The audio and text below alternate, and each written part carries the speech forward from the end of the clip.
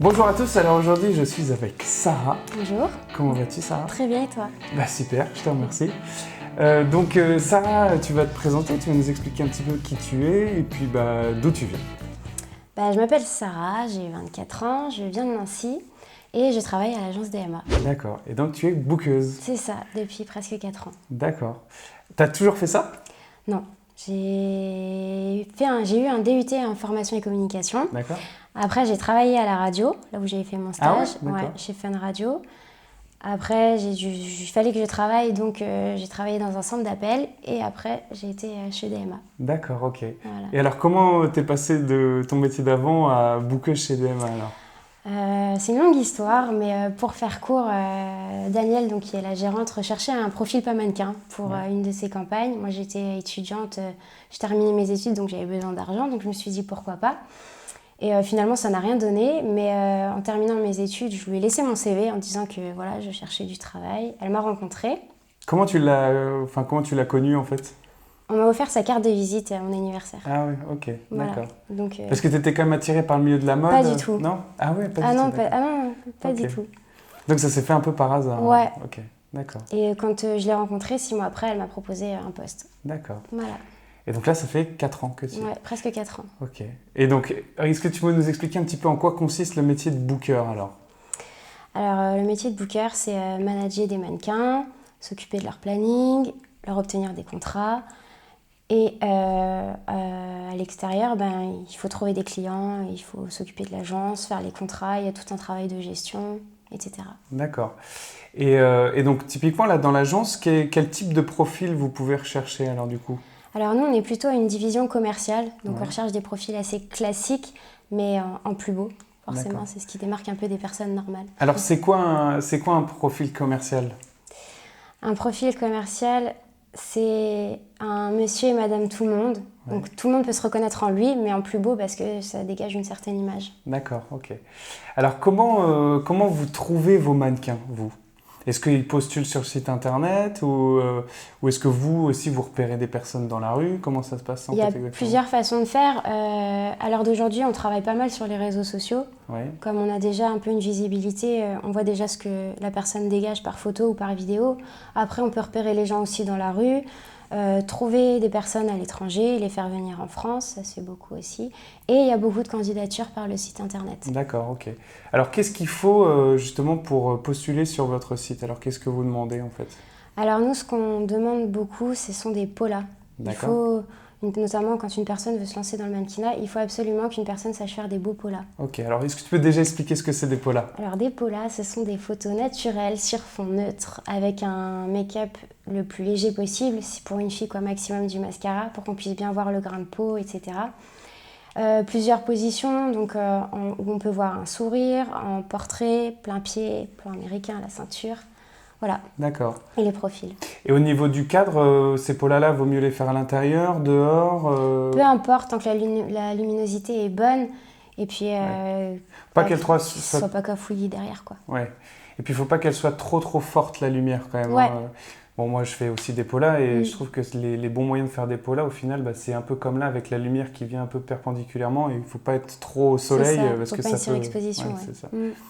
Et donc d'accord, donc il faut des polas et combien de polas alors du coup? Il faut quoi, une dizaine de polas à peu près? Oui, parce que de toute façon on fait une sélection après. Il faut donc le portrait américain, plus des portraits. Ouais, les mains aussi, on aime bien voir les mains. Sourire, pas sourire. Ouais. Et donc très bien, donc moi j'ai des polas et ça suffit ou il faut autre chose alors du coup? Quand on débute, ce sont les polas qui sont importants. Après, pas nécessairement d'avoir un book alors? Non, non, parce qu'il y a un début à tout. Ouais, c'est ça. Non mais je trouve qu'il n'y a pas de règle par rapport à ça parce qu'il y en a qui disent qu'il faut absolument le book pour débuter, mais pas forcément en fait. Ça dépend si les personnes veulent déjà les bookers veulent déjà des personnes confirmées ou préfèrent des new face. Ouais. Pour proposer à leurs clients, quoi. D'accord. Et les polas, on peut les prendre juste avec le téléphone, ça suffit? Ah oui. Et si on se met dans de bonnes conditions, c'est bon. D'accord. Alors, donc c'est quoi des beaux polas ou des mauvais polas? Parce que tu dois recevoir du coup tout type de candidature. Qu'est-ce qu'il faut pas faire du tout, par exemple? Pas faire de grimaces, pas faire de... duck face, ça on n'aime pas. Mais il y en a plein qui le font, ça? Ouais. Ah ouais? Ou alors utiliser des filtres, parce que c'est plus un pola, quoi. Oui, c'est ça. Les polas, c'est vraiment brut, naturel, sans retouche. C'est ça. D'accord, ok. Donc oui, donc faut être quand même assez naturel et pas faire pas trop en faire sur ces peaux-là, quoi. Non. Et donc après, donc toi, tu fais ta sélection. Et, donc, qu'est-ce qui fait qu'un mannequin, enfin quelqu'un qui postule, soit plus pris qu'un autre dans ton agence, alors du coup? Qu'est-ce qui va faire que tu vas le prendre, en fait? Comment tu fais ta sélection? Nous, on l'a fait beaucoup par rapport à nos clients, ce qu'on connaît de nos clients, s'il peut correspondre ou pas, parce qu'on va éviter de prendre quelqu'un pour qui on aura du mal à le faire travailler, quoi. Donc de le faire croire pour rien, entre guillemets. Après, pourquoi un mannequin plus qu'un autre? Ça dépend de ce que le mannequin dégage sur photo, s'il a l'air sympathique, s'il fait la tronche. Donc ça, vous pouvez le sentir avec les peaux-là. Et en plus, plus t'en vois, plus tu sens un peu les personnes qui peuvent faire un mannequinat. Donc ça, c'est ton petit secret à toi, tu sens un peu la personnalité, en fait, qui est vachement importante. Et après, en échangeant un peu, parce qu'une fois qu'on a les peaux-là, si la personne, on pense qu'elle nous convient, on la rencontre. Donc on voit. Et donc là, vous voyez clairement si elle s'exprime bien, si elle est sympa. D'accord. Et une fois qu'on est dans l'agence, alors du coup, comment ça fonctionne justement pour travailler, alors, en fait? Nous, c'est un peu particulier parce qu'on est excentré, DMA est excentré, c'est pas sur Paris, donc on a une façon un peu à nous de travailler. Tout se fait par mail ou téléphone.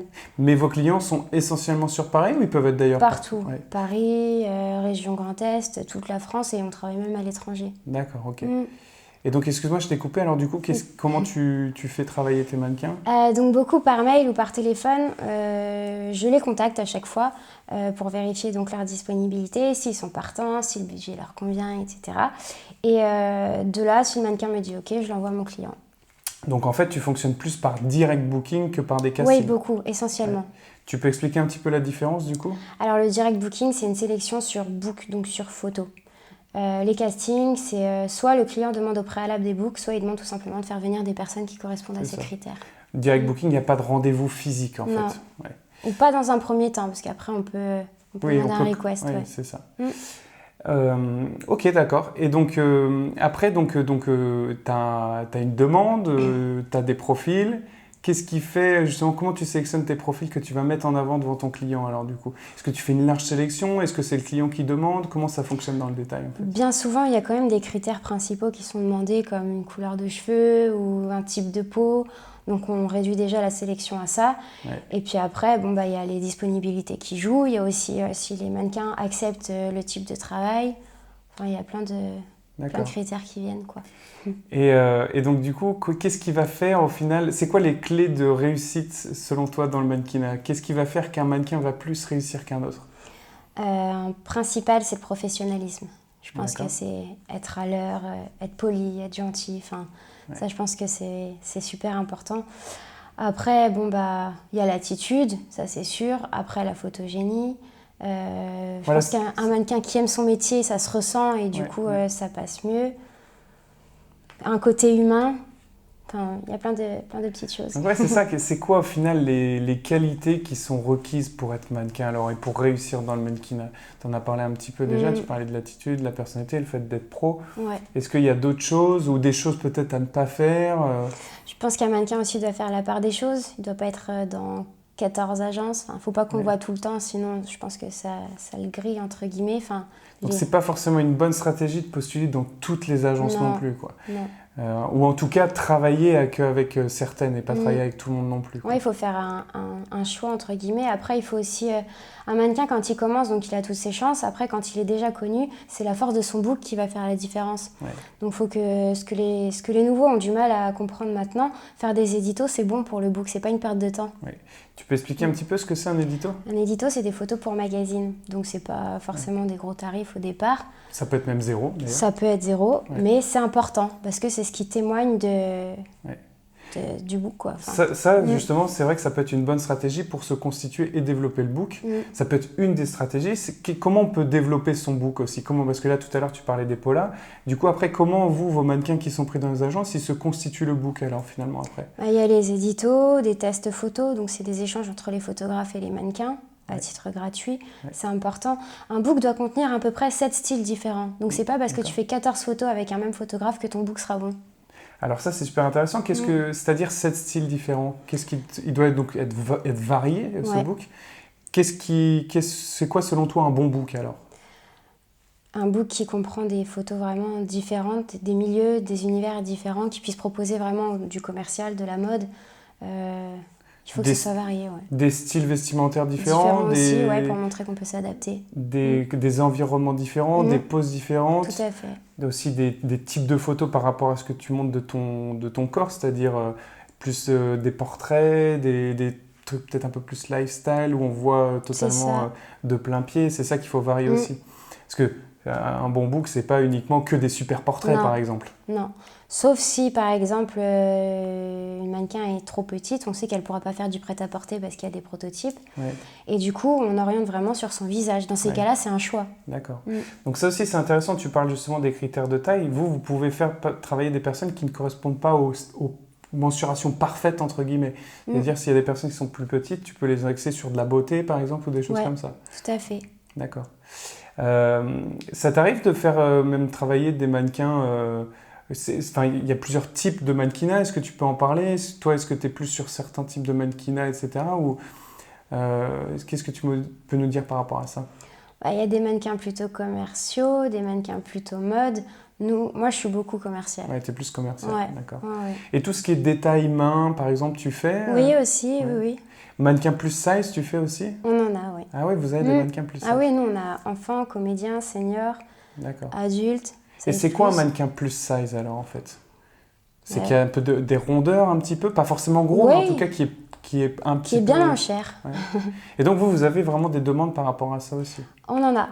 Plus pour les femmes que pour les hommes, mais on en a. D'accord. Ça peut être pour quel type de job par exemple? Des défilés, du catalogue. On peut défiler même si on est un peu... Oui. Bien sûr, il existe des vêtements 42, donc pourquoi pas les 42? Non mais c'est intéressant. Bon, moi j'avais une petite idée de ce que tu allais dire, mais du coup c'est intéressant justement pour des personnes qui ne correspondent pas totalement aux critères, qui peuvent quand même se lancer, et donc, notamment dans ton agence. Je mettrai le lien aussi de l'agence par là. Et ok, très bien. Est-ce que tu as des conseils à donner sur tout ce qui est prendre soin de soi? Est-ce que c'est essentiel de prendre soin de soi, de faire du sport, de bien manger, etc. Selon toi, pour un mannequin, est-ce qu'il faut le faire? Il faut le faire, oui et non. Moi, je pense qu'il faut se faire plaisir, mais toujours dans la proportion. C'est comme ça que ça marche. Donc trouver son équilibre un petit peu en fait. Pas forcément être dans l'extrême.